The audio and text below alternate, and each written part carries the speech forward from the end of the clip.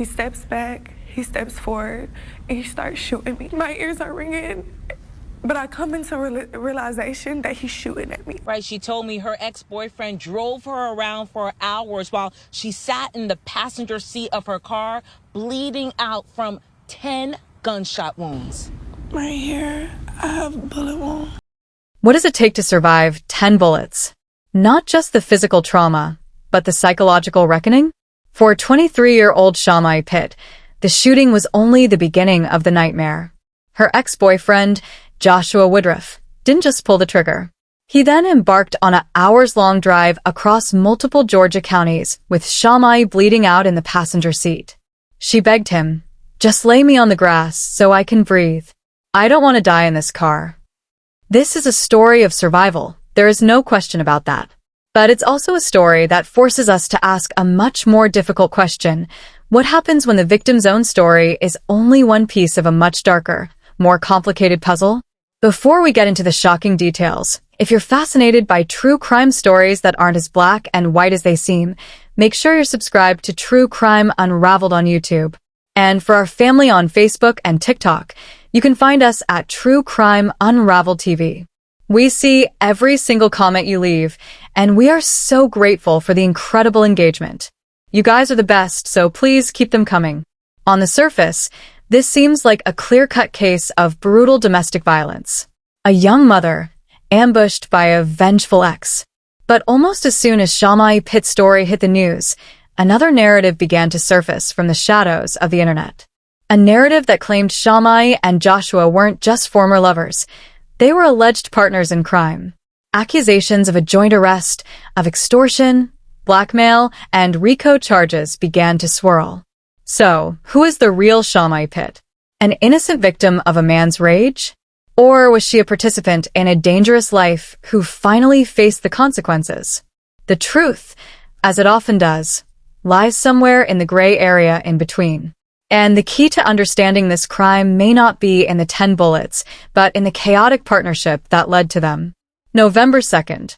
Shamay Pitt, a 23-year-old mother with aspirations in fashion, agreed to meet her ex-boyfriend, Joshua Woodruff.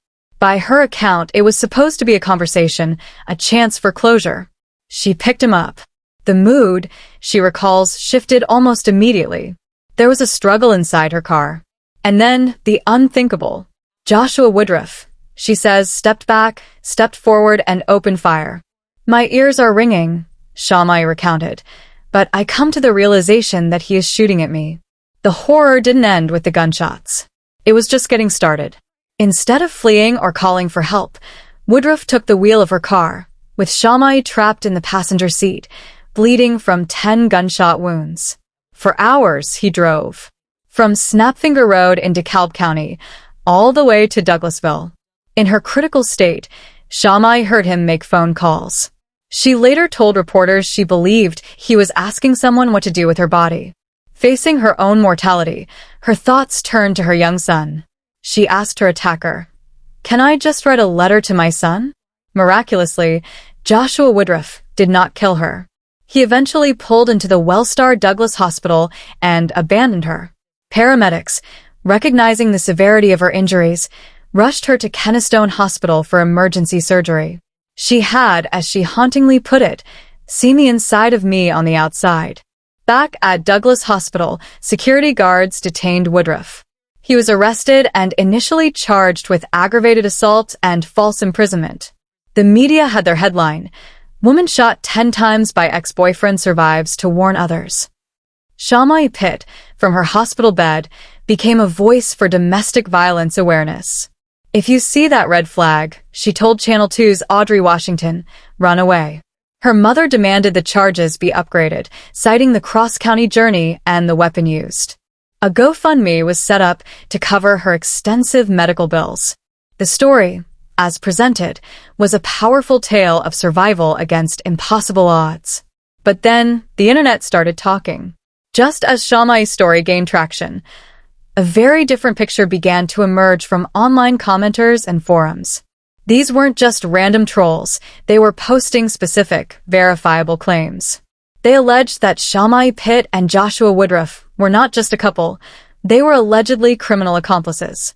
They pointed to arrest records, claiming both were booked on the exact same date for a litany of charges: extortion, blackmail, RICO, and 14 counts of fraud.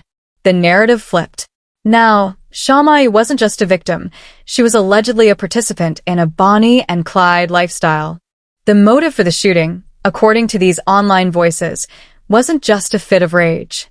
It was retaliation. They claimed Shamay had stolen $20,000 from Woodruff, had given him herpes, and had potentially snitched on him regarding their alleged criminal activities. The man with the AK-47 tattoo on his face, they argued, was simply living up to his ink. So, where does that leave us? With two diametrically opposed stories.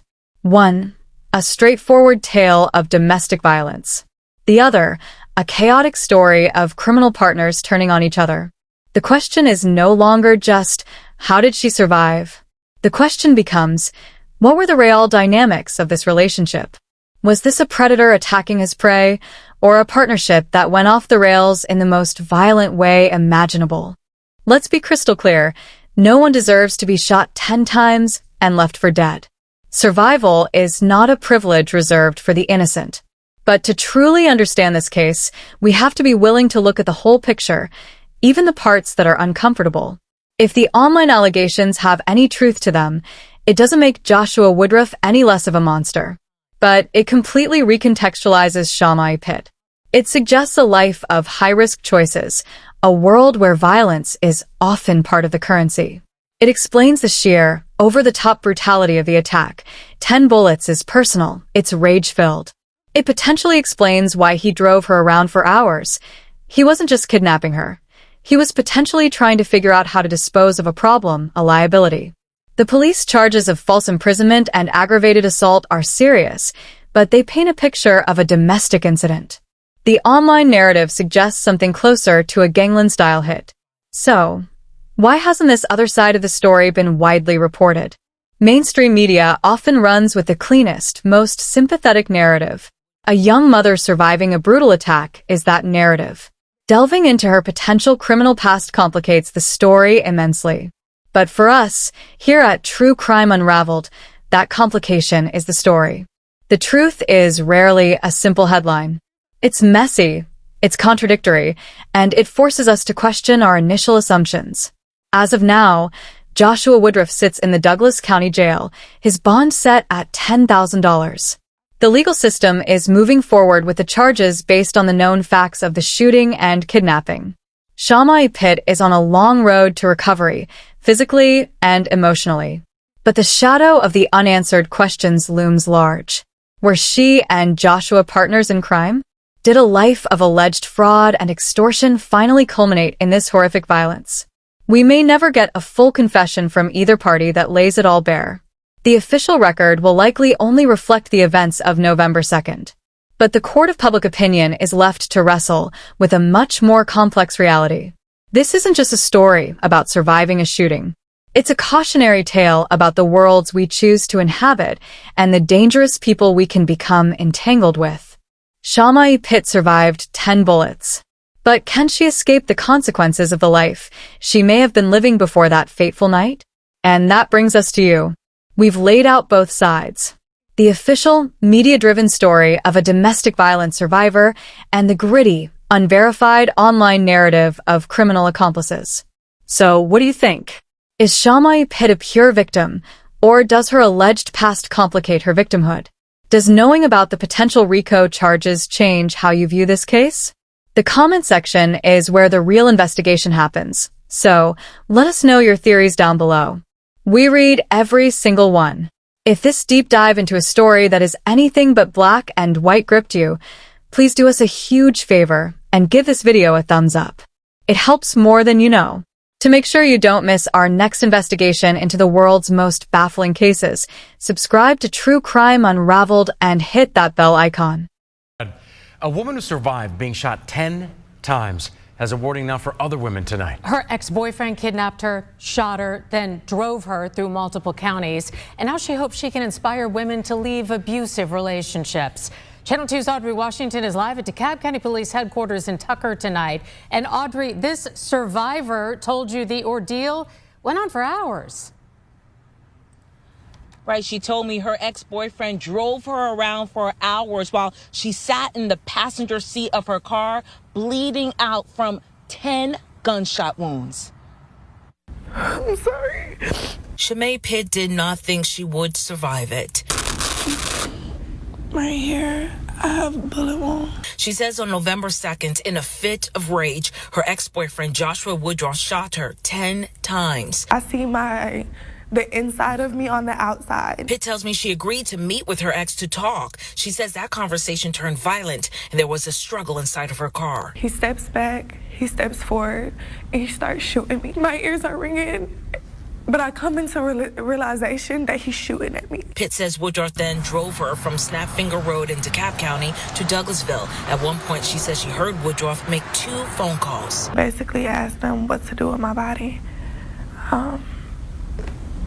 I'm scared. I asked him, can I just write a letter to my son? Pitt says Woodruff eventually abandoned her at a hospital while paramedics rushed her to another hospital in critical condition. Security detained Woodruff. Police charged the 25-year-old with aggravated assault and false imprisonment. Pitt's mother says she wants the charges upgraded. He needs to be charged for bringing over county lines. He needs to be federally charged for having an automatic switch, which is a federal offense. A few days ago, the Fulton County DA said Atlanta is under a domestic violence epidemic with nearly 1,000 felony cases pending.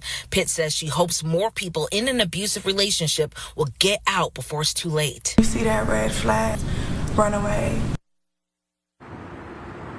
And Woodruff is due in court tomorrow. As for Pitt's hospital bills, they are extensive. Her friends and family, they are holding a fundraiser for her on December 2nd. There's also a GoFundMe page to help with some of those expenses. Though that link to the GoFundMe page can be found on our website. That's WSBTV.com.